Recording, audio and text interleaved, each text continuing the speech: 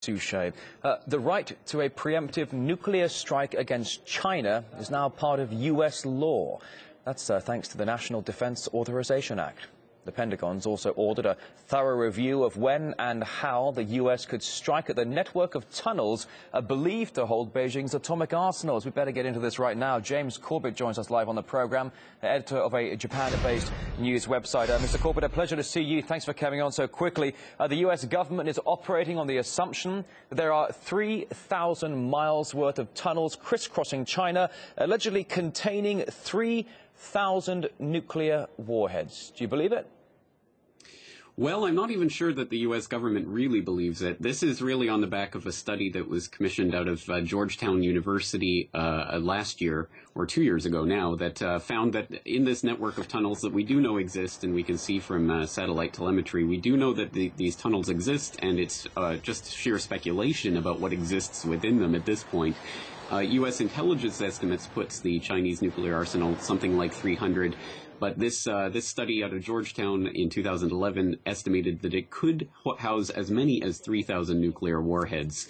So basically, as part of the NDAA 2013, they're basically saying that now their Stratcom is going to have to commission a report to identify the potential problems involved in this and whether or not they'll be able to actually confront this with conventional or even nuclear forces in the event that they actually need to take out China's they're certainly assessing how big are these tunnels, how many warheads are in this tunnel. Previous reports had said 300, not 3,000. Now, we've got most of America's ballistic submarine fleet operating in the Pacific. We've also got more U.S. ships moving in that area. The Pentagon all the while promising to contain China and now planning for what they say a possible nuclear strike. Well, that's not exactly going to help already strained relations, is it?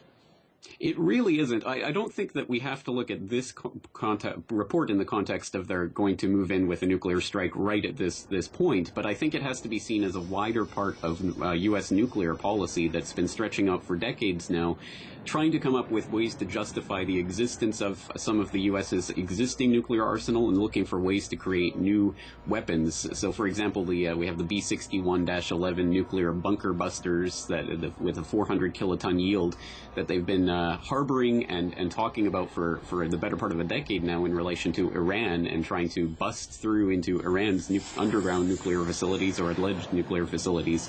Now they're just shifting that rhetoric over to the Asia-Pacific as part of this Asia-Pacific pivot. I think to a certain extent this is just to justify the existence of the U.S. arsenal and to make sure that things like the New START, the Strategic Arms Reduction Treaty, basically gets scuttled before it really gets off the ground. And there's a lot in this new NDAA that really seeks to undermine the president's ability, should he ever want to actually reduce the nuclear stockpile. So I think the Congress is definitely trying to get their foot in the door and stop any types of arms reductions before it can actually be implemented. There are certainly some that really say that the American president is powerless when it comes to going head-to-head with the military-industrial complex. Certainly at this point, though, we've been getting reports that there have been some rather peculiar high-altitude jet forays between China and Japan.